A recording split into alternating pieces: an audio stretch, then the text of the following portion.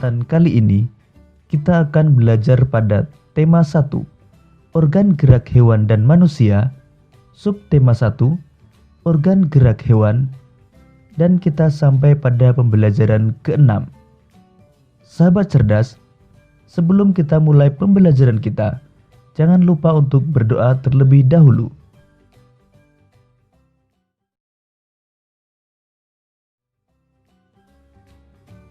Hari menjelang sore.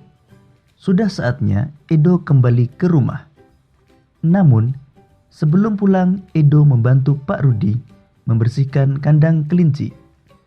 Kandang kelinci dibersihkan untuk menjaga kesehatan kelinci. Sahabat cerdas, dengan mengamati gambar cerita tersebut, kamu dapat membuat sebuah cerita tertulis. Untuk membuat cerita tertulis, sebaiknya kita terlebih dahulu menentukan ide pokok setiap paragraf yang akan kita buat. Kemudian, dari ide pokok tersebut, kita tambahkan kalimat-kalimat pengembang sehingga membentuk sebuah cerita.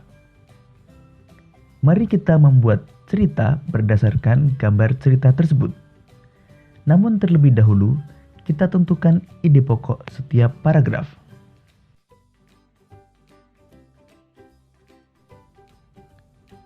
Misalkan kita akan membuat 5 paragraf, maka kita perlu menentukan 5 ide pokok.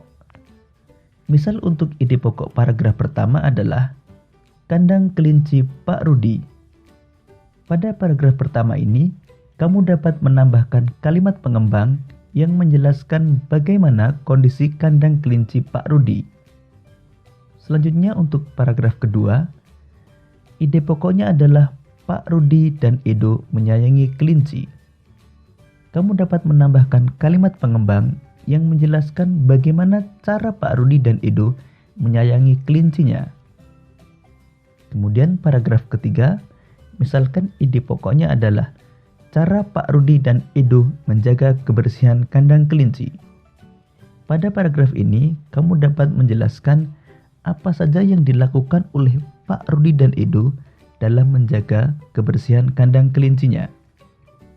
Kemudian, paragraf keempat, ide pokoknya adalah manfaat menjaga kebersihan kandang kelinci. Pada paragraf ini, kamu dapat menambahkan kalimat pengembang berupa manfaat apa saja yang dapat diperoleh dengan menjaga kebersihan kandang kelinci. Dan misalkan ide pokok paragraf kelima adalah kelinci Pak Rudi banyak dan sehat. Pada paragraf ini, kamu dapat menambahkan kalimat pengembang yang menjelaskan kondisi kelinci Pak Rudi yang terawat dengan baik. Nah, jika kamu sudah membuat 5 ide pokok, kamu dapat membuat sebuah cerita. Selamat membuat cerita tertulis.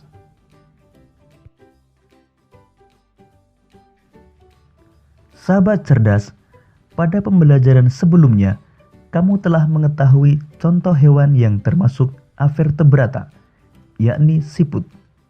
Berikut contoh lain hewan yang juga termasuk avertebrata, yakni kupu-kupu.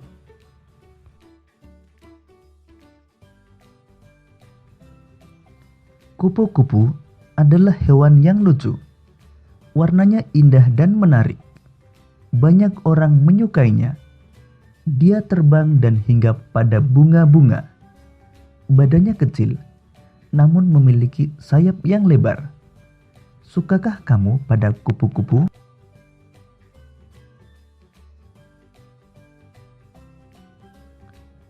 Kupu-kupu termasuk hewan serangga. Kupu-kupu memiliki organ gerak yang sama seperti serangga-serangga lainnya. Salah satu organ gerak yang istimewa dari kupu-kupu dan serangga lainnya adalah sayap. Dengan sayap ini, maka menjadikan serangga sebagai satu-satunya hewan avertebrata yang bisa terbang. Tahukah kamu, sayap kupu-kupu yang indah sebenarnya transparan?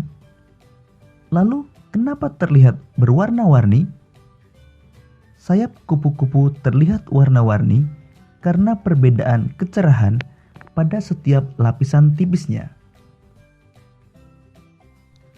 Kupu-kupu memiliki kemampuan terbang yang luar biasa. Kupu-kupu bisa terbang sejauh ribuan kilometer untuk mencari daerah yang hangat ketika musim dingin tiba. Kupu-kupu akan kembali menempuh jarak ribuan kilometer ketika musim semi tiba. Meskipun demikian, kupu-kupu tidak bisa terbang apabila suhu tubuhnya di bawah 30 derajat Celcius.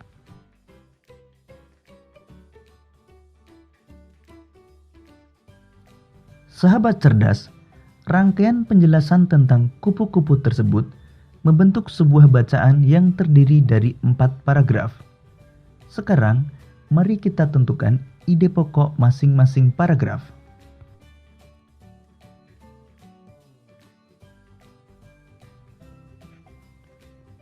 Berikut ini bacaan tentang gerak kupu-kupu. Kita akan menentukan ide pokok setiap paragraf pada bacaan tersebut. Paragraf pertama. Kalimat utama pada paragraf pertama terletak pada kalimat pertama, sehingga ide pokok pada paragraf pertama adalah kupu-kupu adalah hewan yang lucu.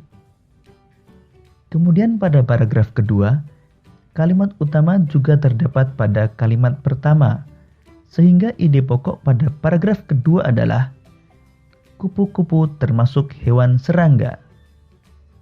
Kemudian pada paragraf ketiga, kalimat utama juga terdapat pada kalimat pertama, sehingga ide pokok pada paragraf ketiga adalah sayap kupu-kupu yang indah sebenarnya transparan.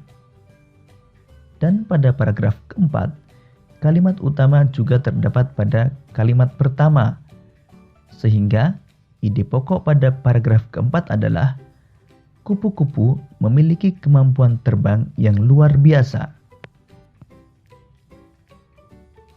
Demikian tadi sahabat cerdas, cara menentukan ide pokok pada setiap paragraf.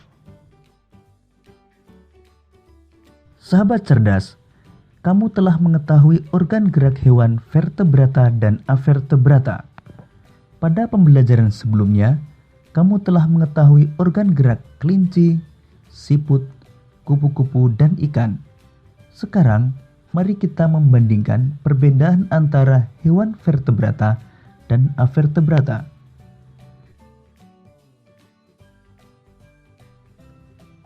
Sahabat cerdas, kita akan membandingkan ikan sebagai hewan vertebrata dan siput sebagai hewan avertebrata. Beberapa hal yang akan kita bandingkan antara lain tulang belakang, kemudian organ gerak, rangka dalam, rangka luar, dan gerakan tubuh. Untuk yang pertama, tulang belakang. Vertebrata memiliki tulang belakang, sedangkan avertebrata tidak memiliki tulang belakang. Kemudian organ gerak. Ikan bergerak dengan sirip, kemudian siput bergerak dengan kaki perut. Kemudian rangka dalam atau rangka yang terdapat di dalam tubuh. Ikan sebagai hewan vertebrata memiliki rangka dalam, sedangkan siput yang merupakan hewan avertebrata tidak memiliki rangka dalam. Kemudian rangka luar atau rangka yang terdapat di luar tubuh.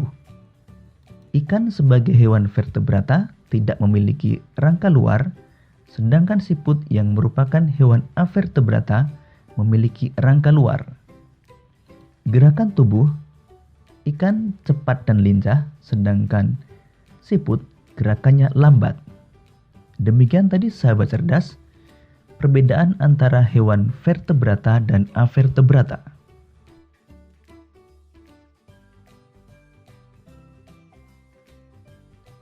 Demikian tadi sahabat cerdas pembelajaran kita pada tema 1, subtema 1 dan pembelajaran ke-6. Sampai jumpa pada pembelajaran berikutnya. Tetap semangat dan selamat belajar.